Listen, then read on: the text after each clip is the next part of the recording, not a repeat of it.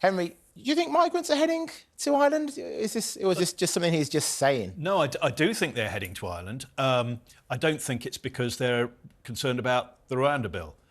If any piece of legislation is responsible for it, it's the Illegal Migration Act, which was passed last year, which anybody who entered the UK after July 20th, I think it was last year, is if they've not come directly from the country they were seeking protection from, in other words, if they've come through safe countries on the way to the UK, then they are not eligible to claim asylum. Right. And so their decisions, their whole process is frozen. Now, that's something they're not told.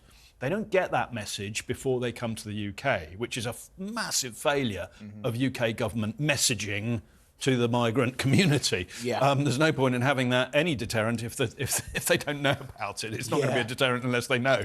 And in that case, I think some of them are fed up, just waiting here, going, what's happening, what's happening? Whereas Ireland provides quite good hospitality, shall we say, to asylum seekers. And they're pretty much in contact with them from the UK. So they've got communities within the asylum seeker and immigrant community within Ireland that I think are saying, well, why don't you pop over here? I think that there's a whole issue around migration involving Ireland, because we have got, the government's not making a big song and dance about this because it's not that big in numbers yet, but there are West Africans coming up through into, now I'm not sure of the route, there are various routes, they get into Southern Ireland because it's a safer route than coming in across the Mediterranean or so, but somehow they're getting into Southern Ireland, coming across into Northern Ireland, through mainland UK, and then out through Dover in the back of trucks. So because they want to go to mainland European Union, Ireland's not, if you like, because it's separated by the sea, they may be heading for Germany, or it might be the easiest route for them to get to Germany. But because the Home Office isn't really talking about this, it's very difficult to get the facts and figures on it. So I'm a little bit vague on exactly what the motivation is and how that routing is functioning. So we've got a big problem here. And I've always said that a lot of our focus, yes, it's on immigration, yes, it's on asylum seekers, yes, it's on small boats, but actually all of the cocaine, all of the heroin, 97% of the firearms used in crime in this country come across our borders. Our borders are porous. Our borders, I would say, are some of the most weakly managed and secured and surveilled in probably the Northern Hemisphere. And that's also part of the story. So what we've got is a fragmented approach to our borders and immigration and crime, international crime. We've got a fragmented approach to understanding those problems, therefore we don't. And we've got a fragmented approach and an incoherent, inconsistent, and certainly not integrated approach to trying to find solutions and apply them. So it's all knee-jerk reactions. So we've got chaos in this regard, and the only way to solve it is clear strategic oversight, leadership, based on clear strategic objectives, based on a clear strategic risk assessment of everything that's going on our borders. Tensions in Ireland over immigration are at fever pitch. They've had huge numbers of arrivals. We've seen clashes between locals going to hotels and areas where they think asylum seekers are being housed. And we've seen also asylum seekers sleeping in tents because they've been forced out of housing. We are at risk of causing more issues. But if this Rwanda plan is making asylum seekers leave the country, I'm sure a lot of people are going to say, well, so be it. If they're leaving, then that's a job done by the government. There will be a lot of people who don't care and say, well, this is Ireland's problem. Good, glad we haven't got it. We've still got a problem collectively in the European region, if you like. We have got a massive problem, and that requires a massive solution, really. It's about upstreaming, it's about getting outside Europe's borders, if you like, and I'm not just talking about the EU, I'm talking sort of Europe as a whole, outside those borders, projecting into Africa, into Asia and so on, and trying to address some of this problem there. At every point, in every way that you address this, if you planned it correctly, you're applying a whole series of filters.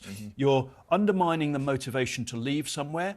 You're dealing with the criminal facilitation and marketing of the movement. You're dealing with it operationally at your borders, and you're dealing with it more efficiently inside your borders. And we're doing none of the above properly.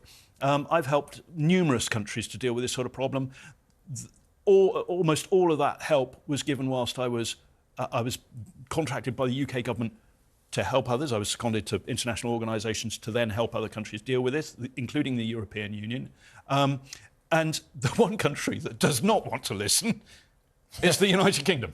Yeah. I mean, it's quite frustrating. How much of this have we brought on ourselves? We helped depose Colonel Gaddafi. Yeah. When I know he was a tyrant, he was a dictator. I know he was very bad to his people, not a good guy. But we didn't have anywhere near these kind of numbers coming across on small boats when he was in charge. So correct. We're partially to blame for our own downfall here. I think yes and no. I mean, look. Oh, René's going to say no as well. Yeah. Well, you look at Afghanistan, for example. We went into Afghanistan to remove Al Qaeda from Afghanistan. We were successful. Then there was mission creep. I spent 27 months in Afghanistan in Helmand. But there was mission creep into this whole civilian domain. But one could argue that was our problem. A lot of people do. Hence we got the Afghans. Well, actually, I would blame the Taliban for the people leaving and economic migration. Yeah. Look, migration has been something that has affected the entire world for the entire period that mankind has been here. What I would say is that when governments, ministers, the armed forces consider taking military action somewhere, there is very rarely sufficient thought given before the event to the second and third order consequences in the civilian domain. Yeah. And the military people, they don't consider that their role. The diplomats don't work in that way. We've got nobody who really functions in that space. And again, a leader like Winston Churchill, I would suggest, would be sort of asking that question, but we don't have such people in government anymore. And, so there's a whole range of... So I don't think it's fair to say we brought it on ourselves. I think it is fair to say that we have failed to account for all of these international dynamics that are going on, conflict, all of the drivers of migration in all its forms. We've got a problem. The United Nations Population Fund say that the population of Africa will double by 2050. Well, even if they're short by a great deal, that's a lot of people. Africa struggles to support the populations that it has already. In feeding them in water, we see the conflicts in Africa, fairly minor in some respects, but still very serious for the people involved. Yeah. And those are all drivers, and corruption and so on, and those are all drivers. We have to address some of those as well.